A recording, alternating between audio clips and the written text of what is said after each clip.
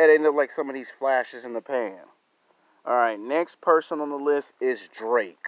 Now, Drake is a prime example of someone who's managed to prove everyone wrong, including me. He took that concept of the bubblegum rapper and actually made that work. Like his first three albums were just bubblegum rap. And all of a sudden he gets into a feud with Mick Muse, and he transformed from being this R&B singer that loves love songs to I'm gonna come at you hard on the mic rapper. It was like, had Drake popped up in the 80s or in the 90s, he would have had to make the first three albums hardcore gangster rap. To do it late in your career, we knew somebody who did that before, AC Hammer, and it didn't work. And Drake reminds me of AC Hammer when he tried to become a rapper in those 1990s. And Drake did what AC Hammer could not do. Go from soft love songs to, yeah, I'm gonna come hard on the mic. And he did this like 8 years into his career. When he made Back to Back, it was like people were trying to compare Back to Back to Tupac's disses. Yeah, it's a good diss, but to try to compare it to Tupac's diss is like, it's like a big stretch. But Drake's on this list because Drake did prove all of us wrong. He took a concept that was supposed to be a joke. The bubblegum rapper, you hear it all the time, right? He made it work. He did what guys before could not do. And when you can take something that's been around for 10, 15 years and make it work for you, you have to be on this list. Now, he is going to be better as time goes on. He's been around. A lot of people thought he was going to fall off. He comes with energy. Doom, doom, doom. Drain me my energy. Gotta take away from a... I hope for y'all. He comes with that song. You can relate to the story in there. I was at the bottom, now I come to the top. Then he does remixes. You put him with him and Lil Wayne, it's like, what if Kobe and Shaq rapped? Like, just think about it. If Kobe had an album, Shaq had an album, but if them two rapped together, you would look at Lil Wayne and Shaq like, when they're together, who's gonna touch them together? Separate? That's a different story. Then he does a song with UG. Who Do You Love? And again, he showed that he can switch up the styles. And you wanna know what's funny? He's from Toronto. And he's lasted this long. To be accepted to do bubblegum rap for 3 albums, get into a feud with Mick Muse, and then turn around and drop back to back, hit us with energy, do a song with Who Do You Love? It seems like the last part of his career, he's turned into this hardcore rapper from out of nowhere. He did what AC Hammer couldn't do. Get acceptance by crossing over. Alright, coming on the list is his predecessor, Lil Wayne. Now, Lil Wayne, we all know, was a part of the Cash Money Millionaires. Now, Cash Money Millionaires was a group that came in the mid-1990s. You had Manuel Fresh, you had the Birdman, you had Juvenile, who, in my opinion, should be on this list, but it's debatable if I should tie him with Juvenile. I might do it. I might call it a dead tie. I know some people don't want me to, but Juvenile kind of was the alpha male of Cash Money Records in the very beginning. That Back That Ass Up, I Got That Fire. You know, just putting out some hits. Then I made a Back That Ass Up remix with P. Diddy and Jay-Z on it. You gotta be honest, for the first half, Juvenile was the man before Lil Wayne surpassed him. If it weren't for Juvenile getting arrested 5 or 6 times, his dispute with, domestic violence towards women, if it weren't for his hang-ups with the studio, 1 minute he wants to be with Universal, then he wants to be with No Limit, can't decide. If it weren't for the hang-ups, Juvenile would be much better. But Lil Wayne got away from all of that. if you look at when Lil Wayne was a kid, first rap, come on. Lil Wayne starts rapping at around 12, 13, 14, signs a contract at 16, 17, and then he became better than Juvenile, better than Young Turk, better than BG. All of a sudden, he put out hits that you thought he should have hit it and put out when he was younger. He waited years to put those songs out. A lot of people don't realize that. Manuel Fresh told Lil Wayne some of your best songs, keep that when you go solo. The Fireman, when he got on the fire truck and rap about putting the fire out, how many rappers can take something like that and talk about putting the fire out? They ain't turn around, pop bottles. And go DJ, go DJ, go my DJ. He put some hits out. And of course, there's the disses. And then of course, now the reason why he's tied with Juvenile is because he kind of has fallen off a bit. I don't know if he's still hungry, if he's still motivated, or if he's just bored. I mean, I know he put out like 8 albums in 10 years. You know, there's the Carter 2, Carter 3, Carter 4, Carter 5. And I know what you're thinking. He's got to drop Carter 6. You just figured he might drop a Carter 6 and probably a Carter 7. Because some people are expecting him to go down in history as the greatest of all times. You know, he had his beefs with 50 Cent, his beefs with Eminem. You know, those are stuff of legends. But when he puts out some real good music, you are seeing Lil Wayne create some magic. Whether you like Lil Wayne or you hate Lil Wayne, he is creating some magic. But he is going to be tied with Juvenile because at one point Juvenile was there first, and Lil Wayne surpassed Juvenile on 5 different levels. Lil Wayne got into the movies and television shows. Juvenile struggled with those opportunities outside of Cash Money. Lil Wayne managed to last a decade and a half. Juvenile started to fall apart as we got closer to the decade and a half. So that's why they're going to be tied. I know some people got an issue with it, but hey, you can see why. Coming in at number 16 is my man Busta Rhymes. You take some Tupac, you take some Biggie, you put them together, and you get my man Busta. Move, girl, like the ass on fire. Move, girl, like the ass on fire. To do that song off of a nursery rhyme. Most rappers can't do it. Buster can.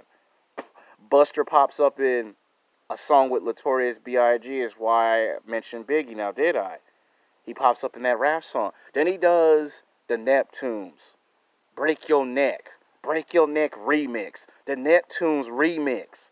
Do songs with Jay-Z. That's the stuff of legends. And for him to get signed to Aftermath Records and do some songs with Snoop, Dre, 50 Cent, that's unheard of. To do that. To go from New York to LA and adapt a new style, hook up with Eminem, and still drop some mad fire. And you gotta remind, this Busta Rhymes is not in his 20s. He was like in his late 30s, like 34, 35 doing this. When most rappers should be retiring, Busta's showing, I still got that fire. Can't have a list without no Busta Rhymes on it. There's a reason why his name is called Busta Rhymes. He started off in a group first. They did 2 rap albums. Then the group got selfish. There was the temptation of fame, women, money, opportunities. Busta broke away from the group, became his own star, and never looked back. And when he rhymes, it says his name, Busta Rhymes. Coming in at number 15 is Cypress Hill. Again, you cannot have an all-time greatest list without no Cypress Hill.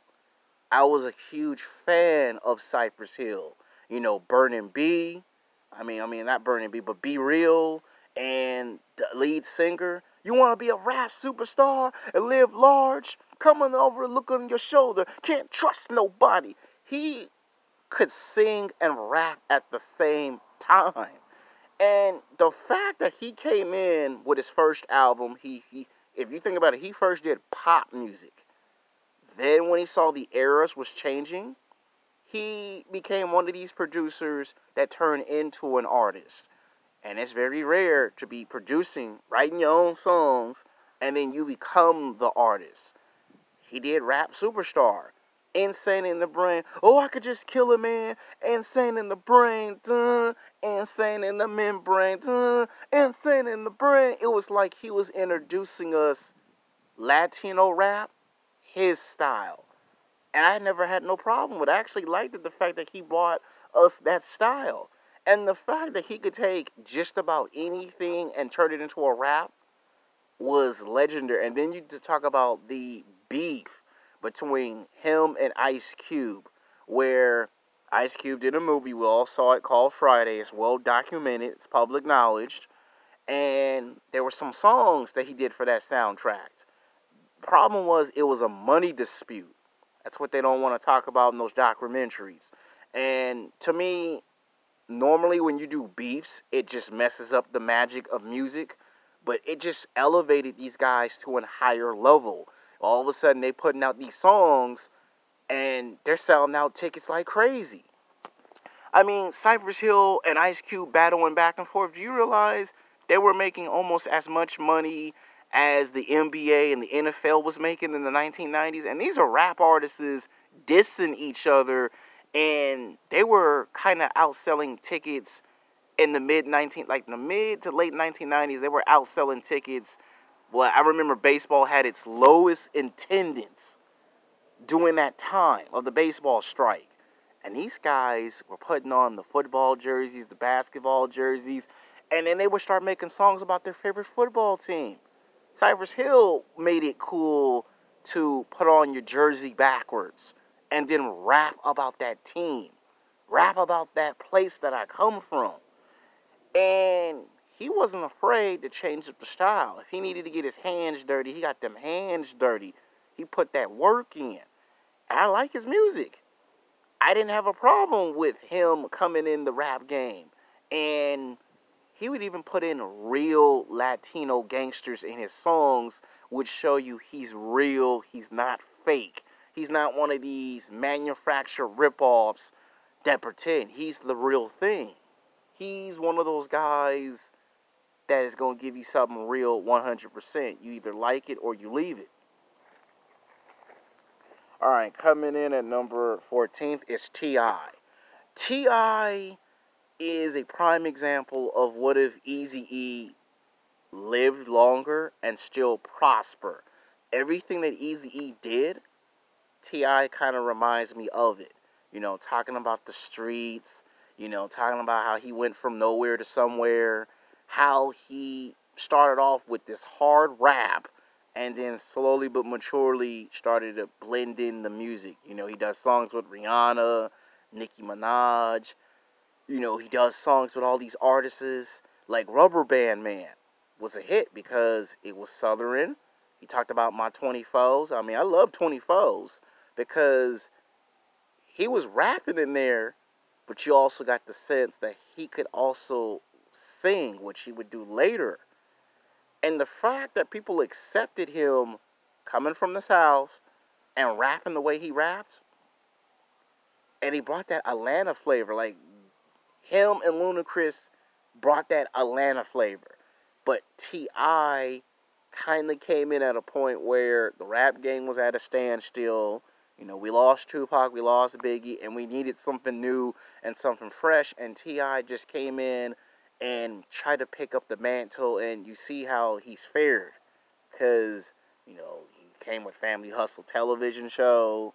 You know, he made a spin-off. He's lasted longer. Got into the movies, television shows. He's doing okay for himself. Coming in at number 13 is The Game. Now, The Game is The Game for a reason. The guy had to have been sitting down for years, watching Tupac, Biggie, Easy, Dre, Cube, Snoop. He watched all of them. He learned from all of them. He got onto the same level. Do you know how hard it is to study these guys, watch these guys, and then years later you're doing songs with all of the people that you study? Only a few rappers can do that.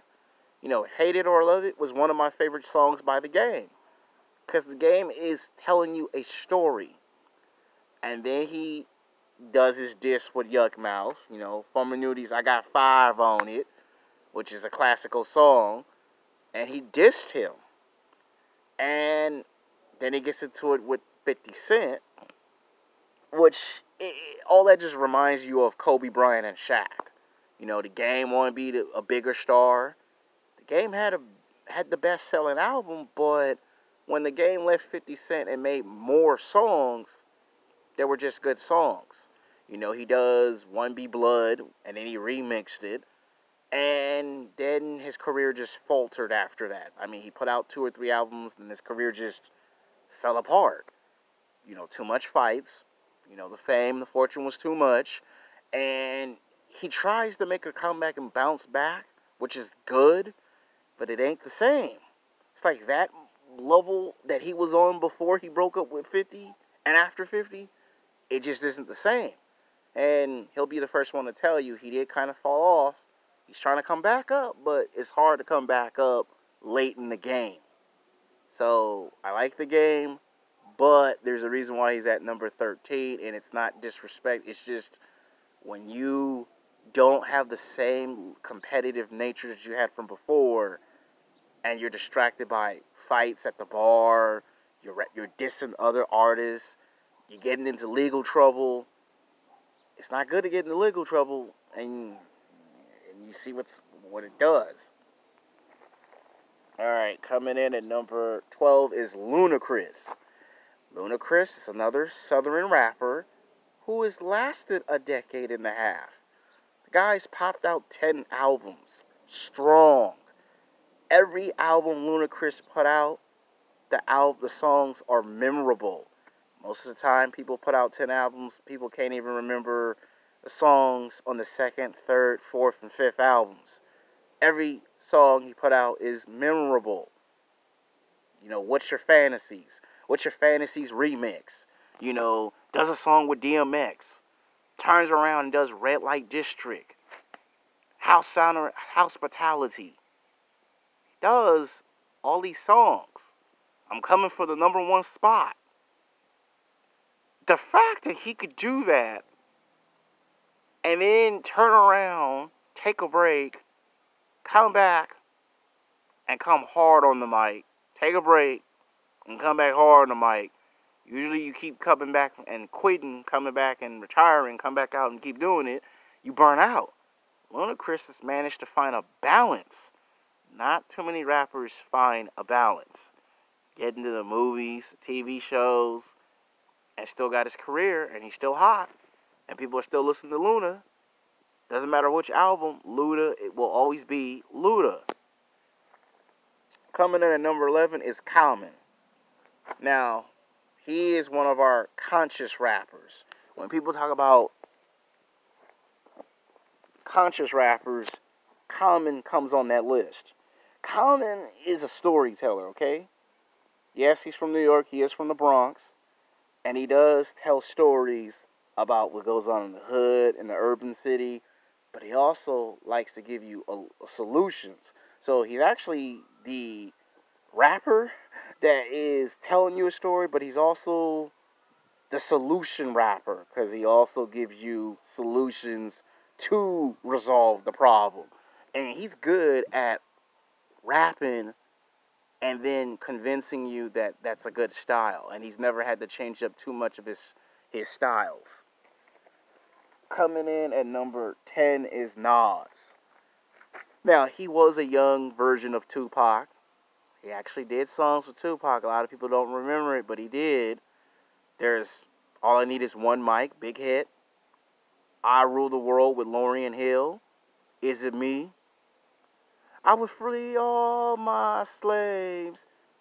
Yeah, you should know that song. If you don't, something's wrong with you.